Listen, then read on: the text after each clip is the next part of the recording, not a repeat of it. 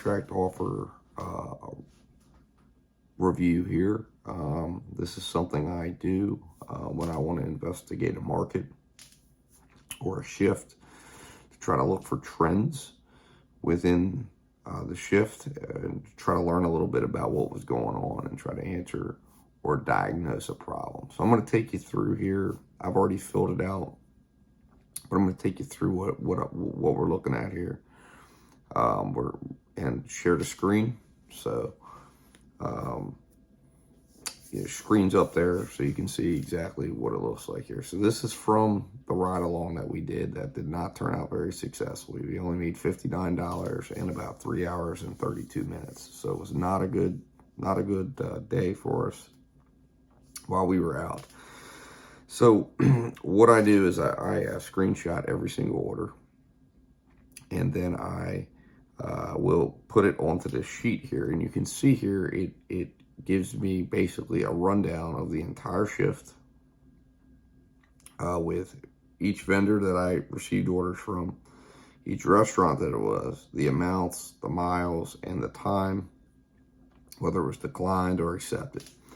So in this case, this particular evening, like I said, we did not hit our goal, and you can start to see really very quickly, once all the information is on here, we can see exactly what the problem was with this particular shift. So the problem that I diagnosed here with this was, and in the video I mentioned it as well, was the average offer was going to be too low. The order flow was going to be too low, and it was slow. Now, on here is not reflected in wait times, but we had an average wait time of 9 minutes, so that didn't help either. You'll see gaps in there, and you can see where that comes in here as you're going down and looking. Now, I do multi-apps, so sometimes you're going to see overlap here where I've accepted an order and another order comes through. But you're going to see here that we worked a total of 3 hours and 32 minutes. Contracts per acceptance, meaning for every accepted order we had 6 orders come through, or 6 offers come through, 6.33. So it was a little over 6. What I've found in my market, if we have a good flowing market, especially at a dinner time on a Saturday night, I would expect that to be 3 to 5 is the range. Anything above 5 is telling me that market was too slow. The other critical deal here is the accepted per minutes. So in this case, it was 35 minutes per accepted order, or 35 minutes and 20 seconds per accepted order. So that's way too high. If you take off the wait times in there, we're still running much higher than what I would like. It would have been 26 minutes, which is approximately about 2 orders an hour. If the weights wouldn't have been so high. But in this case, we were looking at 1 order an hour, and at an average of $7.80 per offered order. That was way, way, way low. So you can tell right here, this is why we didn't make money on this shift. And then the miles to money was absolutely terrible, meaning that order quality was absolutely down. We were at 99-cent miles to money. Now, if you look at the offers we did take, let's look and see, were they above? What I like to do is say, were they above the average offer? And the first order we took was the Sheets order for GrubHUB, and it was way above the miles to money. It was under the average offer amount. And what this tells me is that at $7.14, we needed to turn that order over very quickly and find another order very quickly. Of at least, and we were going to be needing to do probably average over 3 orders an hour in order to be able to hit $25 an hour. And it looks like we did succeed in getting an order really quick, because we accepted that order at 5:43, and 17 minutes later, we had another order going on. Now, the big issue we have here is this gap between the next order and that accepted order. And it was almost an hour and 11 minutes. And that right there diagnoses the problem. Now, the order flow that we had in between, you can see that we didn't begin accepting orders until 6:54. And then the quality of those orders was very, very low. Now, when looking at this, you can see we would break this down as about $8.12.5 because it was a stacked order, but it was above the average offer. And that actually fell right in. If you're looking at these three, when you add that up, it came in at about $23 total accepted order. And had we been able to complete that order in the time frame I needed, if we would have been able to get a third hour before, or a fourth order in before the end of that hour, we would have succeeded in hitting the goal that I wanted. But it was that hour and 11-minute gap that really killed us. Now you can see it took about 54 minutes to get that order, and you can see that the market was really running slow because it took us nearly 16 minutes to get an order after we got done with that order there. So, and you can look and see the quality of the orders here.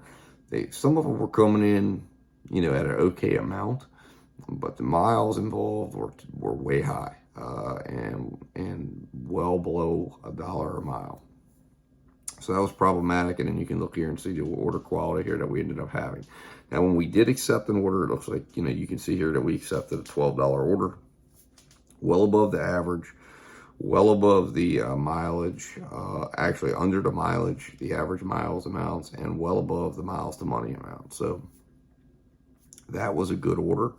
Obviously, though, it wasn't big enough. But if we would have been able to have gotten that order done and gotten another order within 20 minutes or so, and again, this is why order time and order value is very important when we're looking at these orders. We could have very well, if we could have turned over 3 orders at $12 a pop, we could have easily made up some of that time that we lost. But we didn't, because the next order we got was $6.25 for Wendy's at $7.54, and then we turned it over pretty quick. Got another order. It was another stacked order, but it was an add-on stack, which is why that's separated. And we accepted a $7.25 and a $6 Outback order at $8.12 and $8.17. And then we only got in 5 orders total. Now, the other thing you can look at is our acceptance rate was incredibly low. What I've found in this market is I need my acceptance rate to be about 25% or higher if the market's running right. So we had an 84% decline rate, which tells you it was very low quality. UberEats was inactive. There was only 2 orders from UberEats. There's only 8 orders from GrubHUB, and a majority of our orders came from DoorDash, which tells you that's probably why our average offer was low, because some of those orders did end up with a hidden tip. So the end result was a little higher, and that's what you tend to see with DoorDash, if DoorDash is your main person. But the fact that we did not get any Uber Eats is kind of the larger volume orders, GrubHUB as well. But the main issue that I would diagnose when I'm looking at this here is it was a slow night and it was a slow market, and that's very problematic if that continues on. So what I would be doing here, and what I did do here, is I did continue to track this market, and that is how, as you'll find in my later ride-alongs, that as I reference in there, that the Martinsburg market has pretty much been declared by me an ineffective market to work for any type of long-term situation, unless there's peak pay or whatnot involved, because the average offer values are low, the miles are high, and at times the amount of orders that I'm having to look at per accepted offer is just too high. And it's the acceptance per the minutes per order is also too high as well, which indicates a slower market. And the other pacing that we want to look at here is what I'm looking at here. If it's a good flowing market, the offer per minutes, meaning that's how long is it taking me to get an offer on average between offers. I want that to be no greater than 2 minutes. This was extremely high because it was taking me 5 minutes, on average 5 minutes and 35 seconds to get another offer after I saw an offer, and that's not good. So to me, this bears fruit. This also allows me to take a look too when I'm looking at a market. I can go in and see when was my greatest concentration of offers and when did things really slow down. And you can really look between and see, well, I can filter out. So here I'll show you guys. I can filter out. Let's clear that out. And I can filter out and say, by condition. So let's see here. I can say,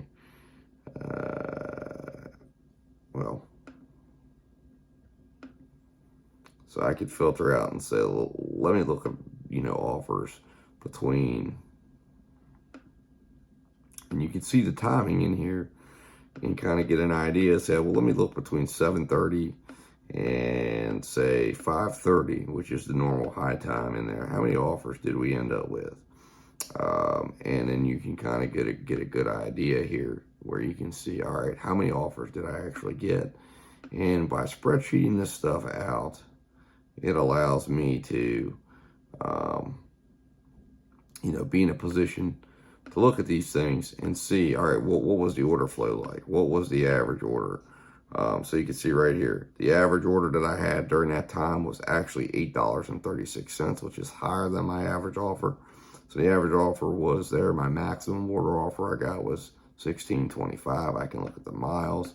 Say, what was the average miles? Was the money to mile ratio better during this period? It was eight and a half miles for, say,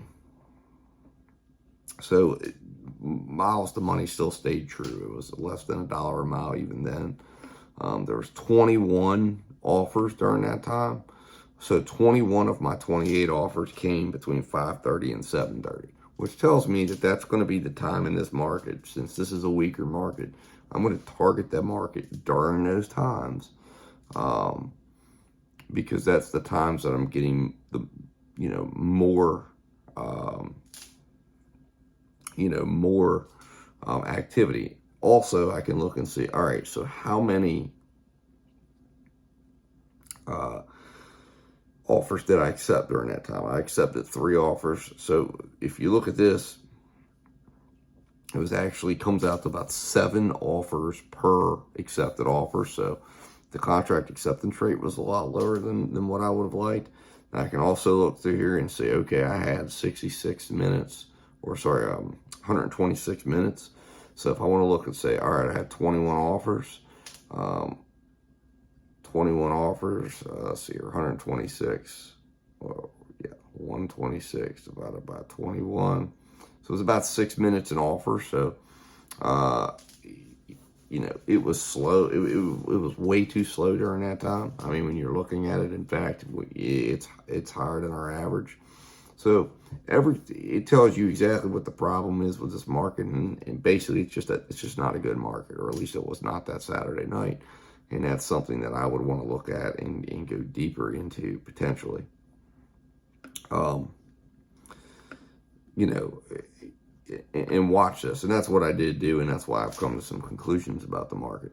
Now, the other thing you can do is you can look at, and say, all right, so I want to go in and say how bad, in this case, DoorDash was the highest concentration. So I can go back through here and I can say, all right, what was, who was the problem with the miles, in this case? And you can see, well, my average DoorDash offer was $6.85 with an average miles of 7.2. So DoorDash is the culprit here. You can definitely say that with a lot of confidence. But you can see that they were the steady offers. So I can come back in here and say, okay, let me go in and let's just take a look at GrubHUB and see, all right, so how did GrubHUB do miles-wise? So GrubHUB offered me an average of $11.60 at an average mile rate of $11. So they were $1 a mile. So GrubHUB wasn't bad from $1, from perspective. Obviously, they did not have a great order flow, or not as good order flow as DoorDash was. Now, UberEats was absolutely terrible at $5.85 with 4 miles. However, they were the better miles to money ratio. So, it does tell you that right there. So, guys, this is just what you can do, the power of spreadsheeting, screenshotting allows me to do this, because as I screenshot everything, it lets me recreate my shift. And then by applying it to a spreadsheet, it's going to allow you to be able to look at this data and assess the market, and have this on file. So I saved this, kept this, I have this saved, and that way I can go out and say, okay, let me take a look. And then the other thing I'll do is I'll put up here, Martinsburg. So that way I know the market, and I hadn't logged that in there yet, but Martinsburg, so I know it's the Martinsburg market. And that way you have kind of a file, and I'll keep them in different files with each market, so I can go back and take a look, and assess and have it there and test it out. And knowing that, hey, this was a Saturday, if I work Martinsburg on another Saturday, I'm going to check it out, see if it's improved, see if it does better. But it really gives you a good opportunity to really take a look at the totality of it. And obviously, when you're looking at 38 offers for the entire night, that is a very, very slow night, and that is not a night you're going to make money on. And the best thing you can do is to say, how can I increase those orders?